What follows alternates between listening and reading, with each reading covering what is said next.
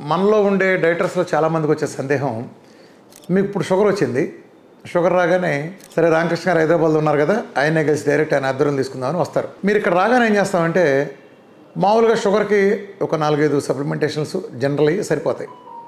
కానీ ఇదేంటి మాకు వచ్చేటప్పటికి 10-12 వచ్చినాయి సప్లిమెంటేషన్ డైట్తో పాటు, ఇదేంటి మేము షుగర్కి వస్తే మాకు 12 ఇస్తారంటారు. ఏం జరుగుతుందంటే ప్రపంచంలో జరిగే తప్పు ఇక్కడ జరగదు. మీరు ఏం చేస్తారంటే షుగర్ చూడండి అని డయాబెటాలజిస్ట్ దగ్గరకు, ఎండోక్రైనాలజిస్ట్ దగ్గరికి వెళ్తారు. వెళ్ళినప్పుడు వాళ్ళు ఏం చేస్తారు, తిన్నాక ఎంత, తినకముందు ఎంత, అలానే హెచ్బిఎన్స్ ఎంత ఉంది, ఈ మూడే చూస్తారు. చూసి మీకు షుగర్ ఉందనుకోండి, షుగర్ మందులు రాసి పొమ్మంటారు.